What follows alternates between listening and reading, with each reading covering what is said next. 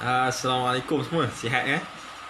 Abang Jam kita lah handsome. Ya Allah, man. Sihat semua kan? Jadi hari ni Kak Uda tak masuk lagi, kita mula tu macam mana? Okay. Jadi hari ni saya, sebelum makin ramai orang masuk, kita recap balik lah buku tentang buku ni, Sinin Zaman. Okay, kita recap balik tentang buku ni, Allen Peace. Allen Peace. Okay, so Allen Peace ni dalam buku question and answer ni dia ada 5 bab lah. Ada 5 bab. Bab pertama mencerita tentang sebelum tu adalah dia beri jaminan. Dia beri jaminan dalam buku ni, siapa yang baca buku ni dan apply kan dalam masa 14 hari, anda akan ubah kehidupan anda. Anda akan ubah kehidupan anda kan. Itu jaminan dia. Jadi dia ada 5 bab dalam buku ni. First bab yang pertama adalah cerita tentang first step. First step, apa yang kita kena buat dulu. Jadi di situ kita belajar Kita belajar yang kita nak berjaya. Bila kita nak berjaya, kita mesti jumpa lagi ramai orang. Mesti jumpa lagi ramai orang kan. Tak ada orang dalam dunia ni yang tidak berjaya dengan jumpa lagi ramai orang. Tak ada orang dalam dunia ni yang tak berjaya dengan jumpa lagi ramai orang. Just keep sharing and keep sharing. And then kita kena tahu yang kita mesti gunakan law of average lah. Law of average untuk tentukan kadar keberkesanan kita. Saya suka Dr. Zai share satu gambar. Dia kata 20% of our, ataupun Pareto law lah sebenarnya, 20% of our effort ni akan hasilkan result kan. And then seterusnya kita record kan. Nombor 5, cara kita nak maximize kan lah, kita record kan. Okay, so saya recap kejap je. And then chapter nombor 2 adalah cerita tentang macam mana kita nak buatkan orang kata yes. Buat kata yes. So soalan-soalan ni 5 soalan lah. 5 soalan ni memang kita pakai dekat semua lah. Ada produk pakai dekat ajak bisnes pakai dekat semua lah sekali sebenarnya kan. Itu pertama sekali kita tanya tentang yang pertama sekali adalah kita melt the ice. Kita buat form dulu. Mesti buat form dulu kan. Sampai bila nak buat form, sampai dia percaya kat kita. And then nextnya adalah kita find the hot button. Apa jugalah kalau kita nak share e-spring pun, kita kena cari apa hot button dia. Baru kita share e-spring tu kan. Jadi cara nak cari hot button ni, kita kongsikan 5 soalan. Kan. Soalan yang pertama adalah kan, apa nombor 1 lah yang difikirkan. Kalau contoh, saya bagi contoh lah. Yang itu kita cerita pasal bisnes. Kalau kita sebagai contoh tentang produk kan, maksudnya contohnya nombor 1 adalah apa yang dia concern tentang air contoh kan. And then nombor 2 adalah kenapa dia pilih yang tu, ataupun kenapa dia rasa nombor 2 tu, kenapa dia rasa apa yang dia cakap tadi penting kan. 3 adalah apa yang dia risaukan. Nombor 3 adalah apa kesan kepada dia kan. Apa kesan pada dia. Saya applykan soalan-soalan ni kepada setiap kali STP, setiap kali saya nak share produk kan. Memang alhamdulillah setakat ni memang berkesan lah. Dia beli tak beli tu nombor 2, tapi dia memang faham dan memang setuju dengan poin kita, dan lambat laun dia akan belilah juga. So yang nombor 3 adalah apa kesan kepada dia kan. Nombor 4 adalah apa yang dia risaukan. Okay. And then seterusnya kesan. Nombor 1 priority, kedua kenapa dia pilih yang tu, yang ketiga adalah kenapa itu penting, nombor 3 apa kesan dia, dan nombor 4 adalah apa yang kesan dia, nombor 5 adalah kenapa dia risaukan benda tu. Boleh. So yang seterusnya adalah nombor 3 adalah kita kena tekan hot button tu lah kan. So kita share lah the plan, tunjukkan yang plan kita ni betul-betul boleh beri solusi kepada dia. Nombor 4 adalah kita get a commitment. Get commitment kan. Mesti tanya nak bayar cash ke, nak bayar sekarang ke, macam mana. Okay. So sekarang ni itu kita dah sentuh dalam video sebelum ni lah. Jadi anda tolong tengok. Kalau boleh anda tolong tengok dan review balik lah tentang poin-poin tu. Yang seterusnya yang chapter ketiga ni dia mencerita tentang 6 strategic step atau 6 strategic skills for powerful presenting. Ni pun penting. Kan? Maksudnya kita nak present pada orang. Maksudnya kalau ilmu ni semua benda lah, di WhatsApp ke, cakap personal ke, cakap ke depan ke, semua perlu kan. Semua perlu kita present lah pada orang lain kan. Okay, sebelum tu saya nak tanya lah. Sorry sebelum tu Bismillahirrahmanirrahim. Bismillah dulu. Sebelum tu bunyi kuat tak? Ada bunyi boleh clear? Clear tak bunyi? Boleh tak respon sikit? Bunyi clear? Kalau clear boleh tak bagi thumbs up sikit ke? Bagi saya tulis clear ke? Saya risau saya shock cakap sendiri seorang-seorang. Kan? Boleh tak tulis sikit clear? Kita tak dengar suara lagi. Clear ke? Okay, clear Okay. So sekarang ni, yang hari ni kita nak bincang tentang topik ketiga dan keempat dan kelima. Topik ketiga tentang macam mana kita nak present kepada orang. Apa yang boleh membantulah untuk kita present. Kalau dalam kes ni dia kata apa? Strategically. 6 strategic skills for powerful presentation. Macam mana present tu powerful? Orang dengar pun, power lah dia present ni. Kan? Okay. So, sekejap saya buka sekejap Okay. So, yang skill yang pertama, boleh. Ni tolong take note, memang kita akan pakai skill ni. Okay?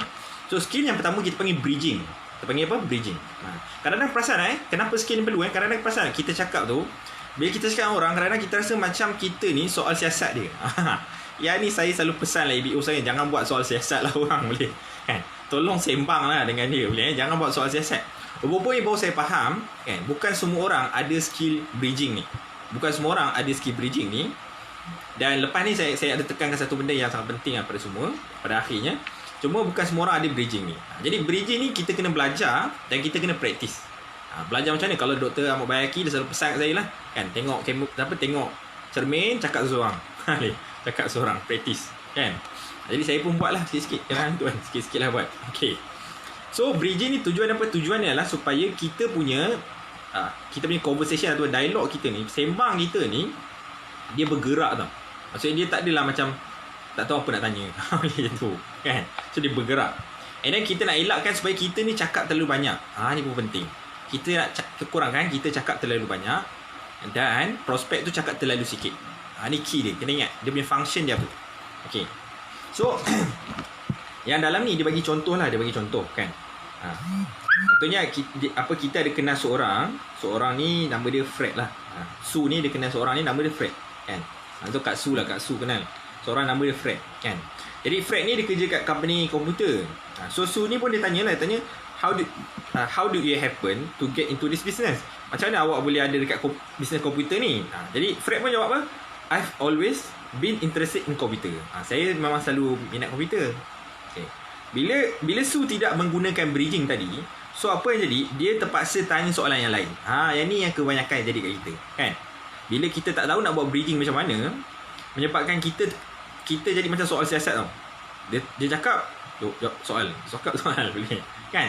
Jadi apa yang jadi kita punya perhubungan tu, kan, ataupun conversation tu dia jadi macam dry lah, ataupun dia jadi dry lah, dia tak jadi nice lah, kan. And then dia terpaksa tanya apa? What do you like most about the computer? Kan dia tanya. So dia cakap it's always changing. Dah habis, setakat tu je perbualan. So kalau orang berbual dengan kita macam ni, kalau kita tengah contact and invite dengan orang lah, kan, sama ada di WhatsApp ataupun kita jumpa depan-depan, kan, orang pun akan boring lah dengan kita, kan. Orang akan boring dengan kita. So bridging, macam mana nak buat bridging? Simple saja, kan. Nak buat bridging ni simple saja. Apa yang kita boleh buat adalah kita tambah sikit perkataan-perkataan. Dekat kita punya perbualan tadi, kan. Okay. So contohnya kita tambah maksudnya macam mana. Yang ni memang selalu saya personally selalu guna suatu STP. Suatu STP saya selalu guna, kan. Dan hopefully semua team saya boleh guna jugalah cara ni, kan. Contohnya kalau dalam contoh Su tadi, dia cakap apa? How did you happen to get into this business? Kan.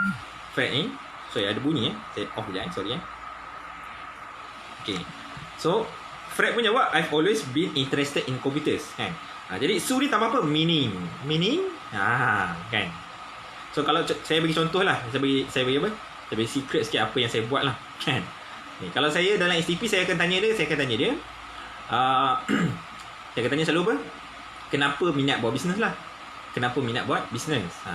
So dia pun jawab lah, ataupun saya tanya kenapa dia nak buat bisnes? Kenapa nak buat bisnes, kan? And then so biasanya dia akan jawab apa? Dia akan jawab nak cari income tambahan. Ini kebanyakan lah yang saya jumpa, nak cari income tambahan. So apa yang kita kena buat? Kita tanyalah income tambahan tu macam mana?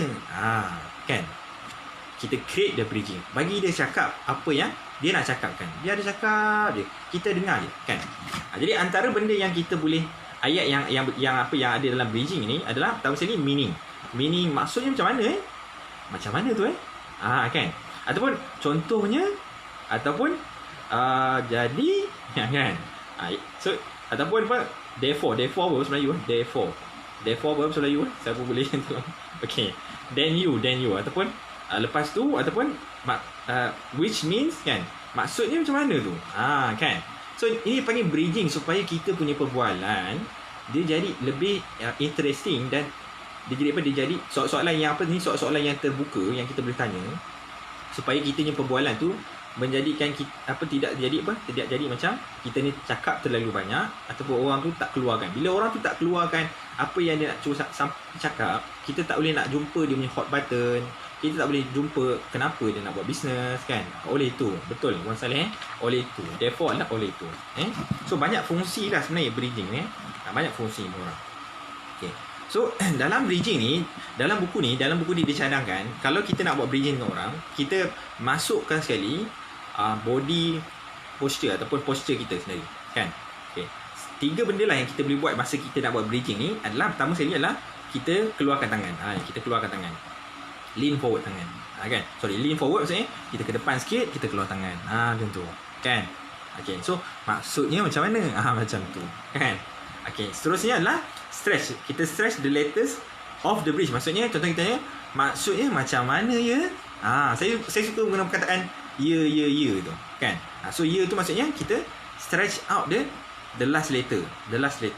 Kan? So ni penting bridging ni untuk kita nak find out orang punya hot button dalam produk ataupun dalam bisnes kan. And then bila kita dah cakap benda tu, kita ke belakang balik. Maksudnya macam mana Kita belakang balik. Macam tu. Okay. Nampak cara dia. So kenapa kita nak lean forward? Ni cadangan dia. Ingat author of the book of the author Alan Pease ni kan tulis Wyman the author of this book lah, penulis buku ni dia buat kajian tentang body language ni sejak 1976, sejak 1976 kan. So memang dia memang expert lah bahagian ni kan. Ini tahun 2000 baru buat. Okay. Jadi dia cerita kenapa kita bila cakap dengan orang kita kena ke depan. Kenapa kita buat leaning tadi. Bila kita nak bridging dengan orang kita buat leaning. Kenapa kita nak buat leaning? Jadi dia kata satunya kalau kita buat leaning tu, kita menunjukkan yang kita ni tidak threatening. Tadi ni apa? Kita tak ancam dia. Tak ancam dia kan. Lepas ni dia akan share lah tangan terbuka tu maksudnya kita tak ancam dia kan. And then yang keduanya lah, kita nak bagi tahu dekat orang yang mendengar tadi ataupun prospek kita lah, nak bagi tahu apa? Sekarang ni turn dia untuk bercakap. Sekarang ni turn dia untuk bercakap. Kan? So asyik kita je bercakap, kita nak dengar lu apa yang cakap kan. Okay. So ini sangat-sangat penting saya nak bagi satu kepentingan lah. Kenapa penting baca buku dalam TQG kan. Kalau kita baca buku, walaupun kita copy 100% lah daripada kita punya upline, tapi kalau kita tak baca buku, kadang-kadang apa yang upline kita buat tu kita tak nampak. Kenapa dia buat macam tu kan. Bila kita baca buku, tu sebab dia buat bridging punya. Gitulah ibaratnya. So kena baca buku lah semua saya punya team lah, untuk saya punya team kan, termasuk saya sendiri. Okay. So itu tentang bridging tadi. Clear bridging clear boleh komen sikit clear, bagi like. Okay. Yang next ialah bila kita buat bridging kan, kita mesti nak mendengar. Jadi dalam buku ni dia ajar kita buat bridging. First kali kita buat bridging supaya percakapan tu tidak satu pihak saja. At the same time kita buat sesuatu supaya kita buat sesuatu supaya dia bercakap lagi banyak. Kan. Tadi seolah-olah macam kita nak bagi peluang untuk dia bercakap lah. Sekarang ni pula macam mana nak pastikan dia cakap lagi banyak. Kan. Sebab kita nak dapat maklumat daripada dia. Bila kita jumpa apa yang hot button dia, apa yang dia perlukan, baru lagi senang kita nak cadangkan apa-apa produk kan. Cadangkan bisnes kan. And then point dia punya keperluan tu lah. Okay. So kalau dalam kes ni tadi adalah bridging, yang seterusnya adalah kita panggil body language untuk mendengar. Kalau untuk mendengar macam mana nak buat? Untuk mendengar macam mana nak buat? Okay. Jadi dia cadangkan apa? Dia cadangkan kalau nak untuk mendengar ni buat tangan macam ni. Buat tangan macam ni. Macam ni tangan. Boleh. Maksudnya bila orang tu cerita, buatlah tangan macam ni, dengar kan. So kalau kita buat tangan macam ni pun kan, kita sendiri rasa yang kita ni nak mendengar apa orang cakap, kan. Kita rasa macam nak mendengar. Sama juga orang yang bercakap tu, dia rasa macam dia ni macam nak mendengar apa aku cakap, kan. Jadi cara dia dalam kita nak mendengar ni, kita letakkan tangan kita dekat dagu. Letak tangan kita dekat dagu. Biasanya kalau lelaki buat tangan kanan lah, kalau perempuan biasanya tangan kiri, kan. Saya tak tahulah kenapa, tapi dia cakap dalam buku ni macam tu lah. Okay. So clear tadi bridging kan. Dan biasa masa nak mendengar tu adalah kita buat tangan macam ni kan. Okay. Okay. And then nextnya so kenapa dia ulang balik, kenapa kita nak buat bridging dan ni adalah supaya pertama sekali our presentation will become more interesting. Orang lagi seronok lah nak dengar kan. Yang keduanya adalah the powerful of silence. Kita diam pun kan, kita boleh dapat banyak maklumat. Powerful of silence. Diam pun banyak powerful kat dia. Dia nak kongsikan maklumat lagi. Kan? Okay. Dr. Ahmad Bayhaqi memang pandai lah. Memang pandai bab ni. Kan? Saya memang banyak belajar pada dia lah. Kan? Personally. Okay. Sebab kita copy je. Kita tak baca buku. Kita copy je dia. Rupanya baca buku baru faham. Sebab tu dia buat dia. Okay. Kan? Okay. So skill nombor 2 ni adalah kita panggil apa? Head nod technique. Kan, maksudnya angguk kepala lah. Angguk kepala. Kan? So angguk kepala ni pun penting. Penting angguk kepala ni. Penting angguk kepala. Sebab apa? Sebab angguk kepala ni dia satunya, kalau kita angguk kepala kita kan, dia menunjukkan yang kita ni nak kita ni positif lah dengan orang tu. Mana ada orang angguk kepala dia cakap setuju kan. So angguk kepala tu maksudnya dia setuju dengan orang kan. Sama juga kalau kita dia tulis dalam ni kalau kita rasa sebaliknya kan, maksudnya kita rasa macam tak setuju dengan orang tu, tapi bila kita angguk kepala, kita akan jadi positif juga. Perasaan tu akan jadi positif. Itulah powernya angguk kepala kan. Jadi masa kita dia share dalam ni, masa kita mendengar tu, masa kita dengar kan, dia buat macam ni kan, kita angguk kepala sikit. Angguk kepala. Okay. Angguk kepala pun dia ajar. Hebat buku ni. Ya Allah. Mana? Okay. So dia kata kenapa angguk kepala? Sebab angguk kepala ni dia sebagai satu tanda untuk kita ni ada satu persetujuan yang sama. Macam tu. Macam tu kan. Gitu. Okay. And then boleh akhir ayat tu dengan apa? Dengan sampai dia tulis ni isn't it lah. Isn't it. Siapa yang power bahasa Melayu tu tolong translatekan boleh. Won't you kan? Won't you? Okay. Is that too fair enough? Kan? So ayat-ayat ni. Kalau pasal masa saya present STP pun saya guna ayat ni lah actually kan. Okey ke okey sangat kan? Anda rasa point is it that true kan? Betul ke macam ni? Kan. Kita cakap kita cakap is it that true? Angguk kepala. Penting pun cara cakap okey. So yang keduanya, apa fungsinya kita angguk kepala ni? Untuk supaya kita ni boleh terus berbual kan. Conversation keep on going. Kan, bila orang tu bercakap, kita pegang kita punya dahu lah, dahu kita kan, buat muka serius lah sikit kan. And kita angguk kepala. Biasanya orang tu dia nak cerita lagi. Dalam ni dia kata kajian ni macam ni. Kajiannya kalau kita angguk kali keempat kan, maksudnya kalau kita angguk kan macam ni kan, 1 2 3 4, kali keempat tu biasanya orang tu akan cakap lah. Dia akan cakap lagi. Kan? Jadi anda boleh praktis kat rumah okay. And then next ni adalah minimal encourage. Ni pun saya suka juga. Minimal encourage. Skill ketiga. Macam mana nak present. Skill ketiga adalah minimal encourage. Okay. Minimal encourage ni apa maksud Melayu? Minimal encourage. Okay. Tak apa, saya bagi perkataan dia, mungkin anda faham perkataan tu. Okay. Contoh minimal encourage ni macam mana tau? Dia contohnya dia cakap ni. I see. Begitu. Macam tu. So dalam tu I see. Really? Tell me more. Kan? So dia panggil minimal encourage. Kan? Encourage maksudnya apa? Maksudnya menggalakkan lah. Cara minimal untuk kita menggalakkan orang. Jadi dia kata dalam ni, kalau kita boleh buat minimal encourage ni, biasanya kita boleh dapat 2 kali ganda maklumat daripada orang. Simple, very simple kan? Gitu kan? Ya? Itu kan? Boleh buat cerita lagi kan? So kalau kita cakap macam tu, Rasa tak kadang-kadang kita pun, kalau kita lah orang lain cakap macam tu, kita rasa macam nak cerita je kat dia. Kan? So penting juga minimal encourage ni dalam kitanya presentation. Okay. And then next ni adalah skill nombor 4 ni adalah how to keep an eye control. Dalam ni dia ajar lah. Maksudnya kalau kita tengah bercakap dengan orang, kan, macam mana dia faktanya macam mana kalau kita tunjuk gambar, kan, biasanya kalau kita tunjuk gambar tu dalam ni tulis lah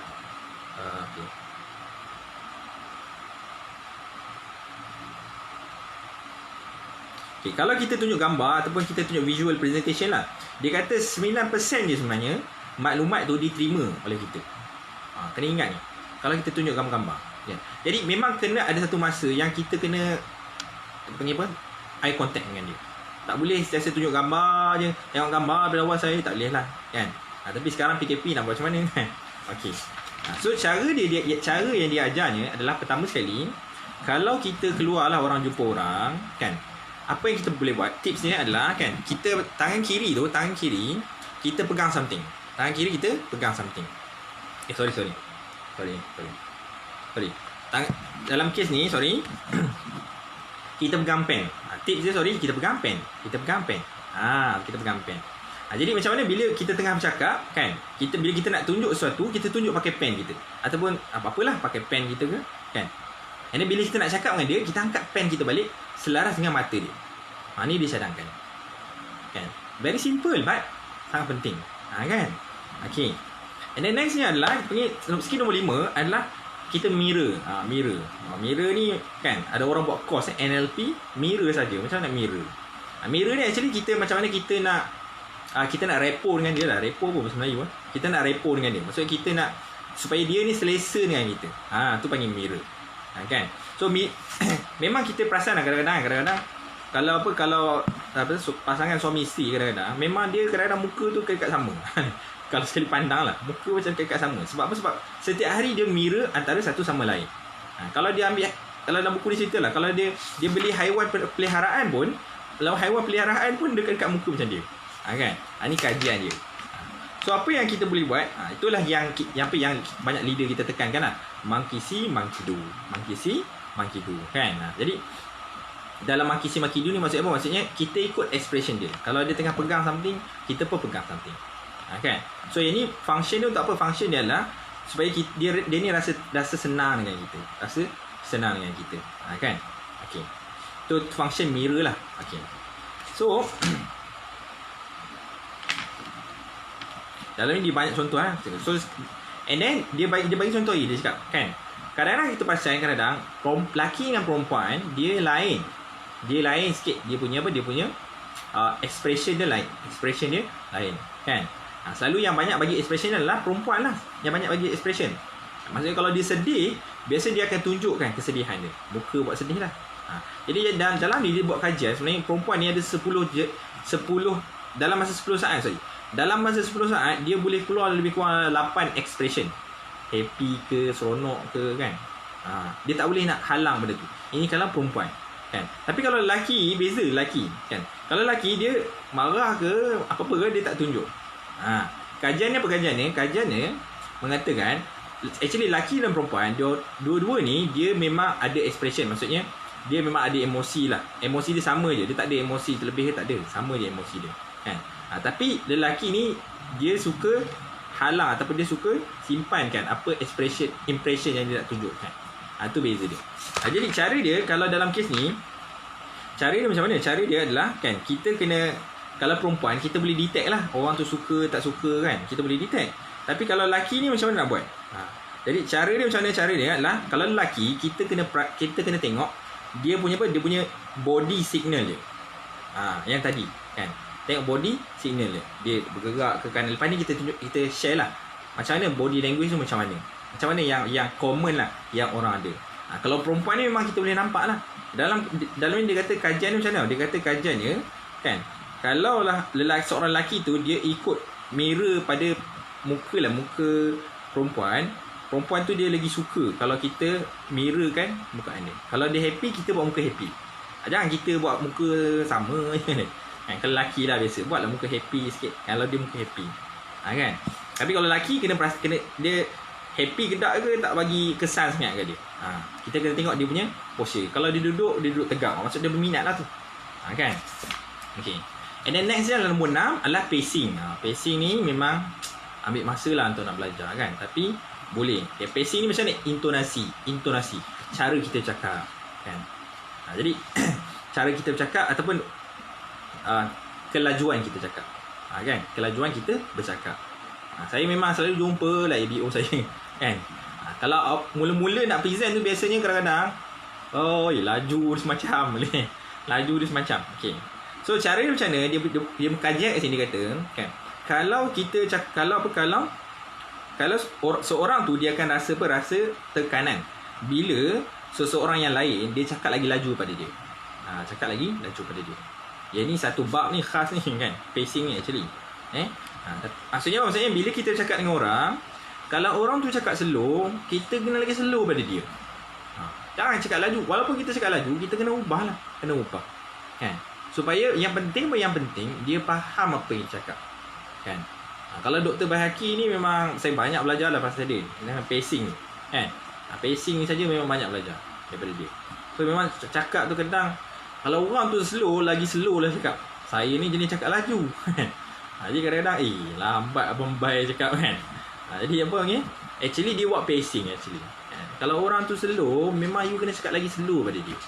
Sebab apa? Kalau dia cakap lagi laju, dia rasa tertekan. So 6 perkara ni yang kita kena ubah sikit. Saya ada berapa minit lagi saya dah habis dah masa, ya Allah. Baru chapter 3 dah habis. Habis saya make it very quick lah. Chapter ke-6 ni. Chapter keempat ni adalah cerita tentang macam mana kita nak buat first impression dengan orang. Maksudnya kita first time jumpa orang, apa yang kita boleh buat. Apa yang kita boleh buat. Okay. So yang pertamanya adalah palm power. Maksudnya kita tangan lah, tangan. Kan? Jadi kalau kita jumpa orang kan, janganlah tunjuk tangan macam ni kan. Tunjuk tangan macam ni kan.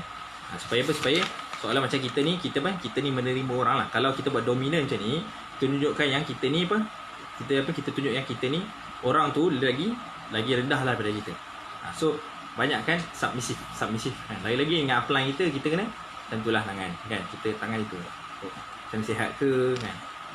Cik Zaki sihat ke macam tu. And then next ni handshake. Handshake ni very simple kan. So handshake jangan handshake ke bawah sangat, jangan handshake ke atas sangat. Handshake tengah-tengah handshake. Simple je kan. And then apply same pressure. Kalau orang tu pegang kuat, kita pun pegang kuat lah dengan dia kan. Simple. Itu simple, semua orang faham. Okay. So ini yang termasuk tadi left hand holding kan. So kalau kita ni tengah pergi jumpa kedai makan ke dan sebagainya, kalau boleh belah kiri ni kita pegang something kan. Supaya contohnya kalau kita minum air tangan kanan kan. So kalau tangan kanan tu sentuh air tu sejuk, bila kita salam dengan orang, so orang pun rasa sejuk kan. So pegang apa-apa bila kita nak present, pegang tangan kiri. Okay. And then smile, senyum. Kan. So senyum ni very powerful lah. Senyum ni very powerful kan. Lagi selalu kita senyum, lagilah orang tu dekat dengan kita, dan lagilah banyak orang tu buat eye contact dengan kita, dan lagilah orang tu boleh nak duduk lama dengan kita. Jadi banyakkan senyum kan. Apa ni Duchenne smile kan. Okay. And then seterusnya ni jarak territorial respect ni jarak kita dengan orang kan. So dia ikut kebiasaan lah. Mungkin kalau lelaki dengan perempuan mungkin jauh sikit, kalau lelaki dengan lelaki mungkin dekat sikit. Okay.